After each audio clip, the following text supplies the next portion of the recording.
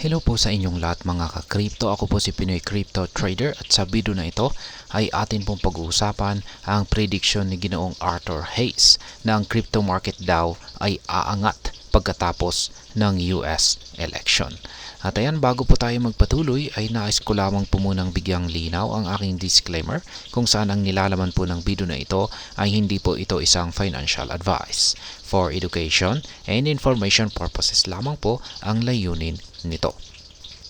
At ayan, ayon po kay Ginoong Arthur Hayes, ang liquidity environment para sa crypto assets ay nag-improve dahil sa mga pagbabago sa monetary policies ng Federal Reserve at iba pang mga central banks. Ang mga interest rate cuts ay nagdulot ng mas mababang cost ng pera na nagbigay daan sa mga gobyerno na magpatupad ng mas maluwag na monetary policies.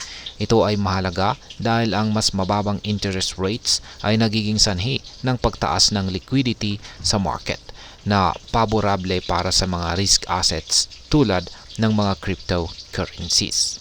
Sinabi po ni Ginoong Hayes na ang darating na US elections ay magdudulot ng pansamantalang pagbagal sa mga risk assets dahil sa uncertainties na dala ng election process. Ang mga investors ay maaring mag-hold back sa kanilang investments dahil sa takot sa posibleng kaguluhan at hindi tiyak na resulta ng election. Kaya ayon po kay Ginoong Hayes ay hindi siya magdadagdag ng risk sa market sa mga susunod na buwan dahil sa mga uncertainties na ito. At ayan, pagkatapos po ng eleksyon ay inaasahan po ni Ginoong Hayes na tataas ang government spending at bababa ang halaga ng dollar, kung saan ay magdudulot ng pagtaas ng halaga ng mga cryptocurrencies tulad po ni Bitcoin. Ngayon ay kung mananalo po si Ginoong Donald Trump ay inaasahan niyang magkakaroon ng tax cuts. Samantalang si Madam Harris naman ay posibleng magdagdag ng welfare payments. Sa parehong senaryo, ang resulta ay pareho. Tataas ang government spending na magdudulot ng pagprint ng mas maraming pera na paborable para sa crypto assets. Ngayon ay binigyang diin ni Ginoong Hayes ang kahalagahan ng pagiging maingat ng mga investors sa panahon ng eleksyon. Dahil sa mga uncertainties, mahalaga na i-monitor ng mabuti ang mga developments at mag-ingat sa pag-invest.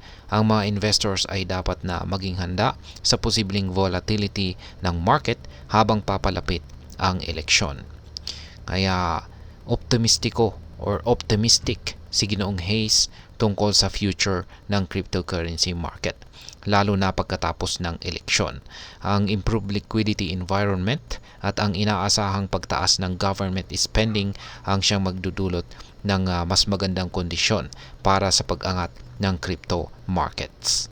Ang mga investors ay hinikayat na maging maingat ngunit handa sa mga opportunities na maaring dumating pagkatapos po ng eleksyon. At ayan, ang masasabi ko naman po rito ay ang pananaw ni Ginoong Arthur Hayes ay nagbibigay ng mahalagang insights para po sa mga crypto investors. Ang kanyang prediction na aangat ang crypto market pagkatapos po ng US election ay batay po yan sa mga pagbabago sa monetary policies at inaasahang pagtaas ng government spending. Bagaman ay may mga uncertainties sa panahon ng eleksyon, ang long-term outlook para sa cryptocurrencies ay nananatiling positibo. Kaya mahalaga na maging maingat ngunit handa sa mga posibleng opportunities na maaaring dumating. At ayan, hanggang dito na lamang po tayo sa video na ito mga ka-crypto. Sana po ay inyong nagustuhan ang aking paliwanag sa video na ito. Kung inyo po itong nagustuhan, pakiclick lamang po ang like button nito. Para naman po sa mga bago lamang dito, kayo po ay aking inaanyayahan para mag-subscribe. Pakiclick na rin po ang bell icon nito dahil ito po ang siyang magsisilbing notification nito sa mga bago kong videos na akin pong ina-upload sa aking YouTube channel na ito. Marami pong salamat sa panonood. Ingat po tayo lagi at God bless po sa ating lahat.